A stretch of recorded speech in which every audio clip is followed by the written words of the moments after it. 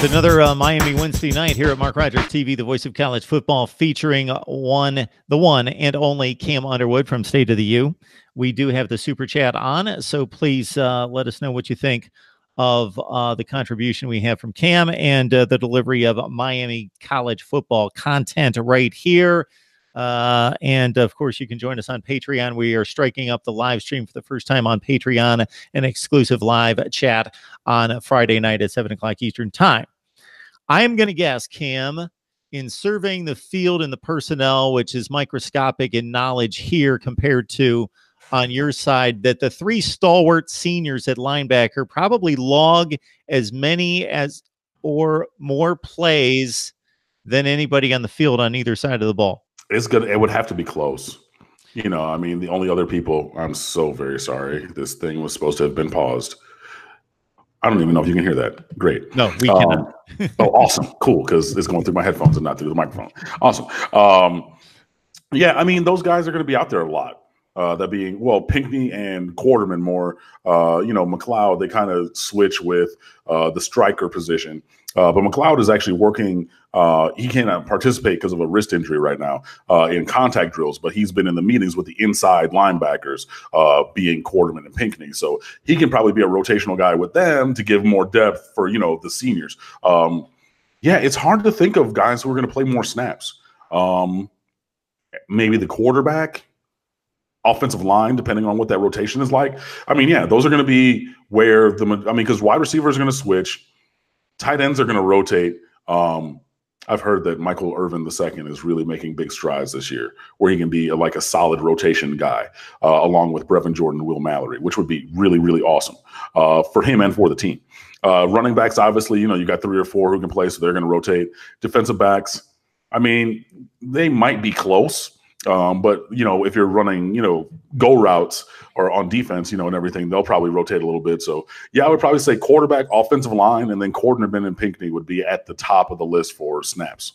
So I asked that, Cam, because DeQuandre Miller jumps in the live chat here and is asking about, despite the stability there, that next guy, the backup, the depth at linebacker.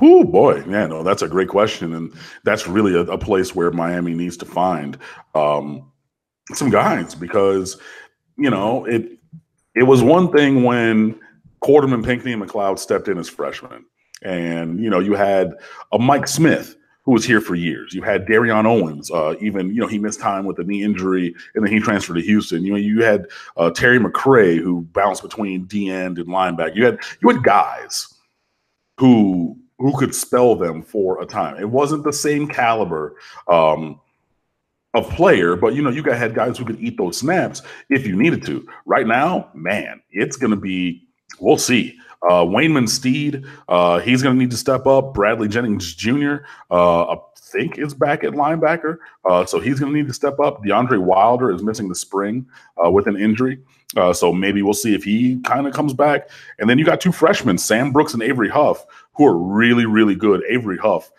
that guy is going to start as a sophomore. Like, he's that good. But as a freshman, yeah, maybe he's going to have to step up. So, I mean, the pickings are slim, and that's where you're going to have to kind of get creative, where maybe you have Romeo Finley playing that striker position a whole lot. And yeah, just doing whatever you do, maybe even you go to a dime package where you bring in like an extra safety. So you're going to have, I've talked about having 3 NFL safeties or NFL caliber players in Amari Carter, Gervin Hall, and Bubba Bolden. Maybe you have all 3 of those guys on the field with a Romeo Finley, with, and just you try to get the snaps from somewhere else other than necessarily a linebacker. But yeah, those guys past Pinckney, McLeod, and Quarterman are really going to have to step up. And I don't have a name for you right now of a guy who's going to do that, but that's going to be something to watch through the fall for sure. That's a really great question.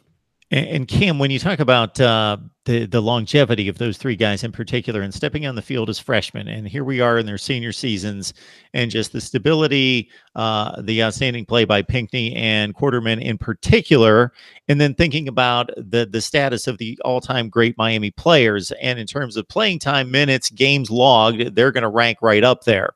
that I got to think, and not to take away anything from 2017 because they accomplished much in winning 10 games and a division championship, but they really, those guys, considering how good that they have been personally, then as a unit, then as a defensive unit, as a top 10 to 15 defense, both statistically and in reality, that it's got to be really burning for those guys to think, I want to leave this place making my mark. I already have to a certain extent, but as a team with a winning season, with doing something special this year. Yeah, I mean, you want to win. Like Herm Edwards, you play to win the games. Like that's what we're here for. And especially at Miami, you know, that is the legacy that all the players are charged with upholding.